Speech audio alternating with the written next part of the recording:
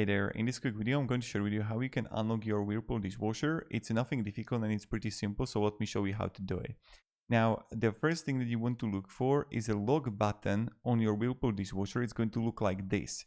And you're going to find that you have to hold it for 3 seconds. So just press and hold it for 3 to 5 seconds, and that way you're going to unlock it. Another way what you can do is that maybe the lock is going to be under some symbol, for example, under heated dry, under soak, or even under delay start. So you want to look for the lock text if it's going to be under some button. So if you don't have the button itself for the lock, you do want to look, it's going to look like here, like under some kind of a button in 3 sec.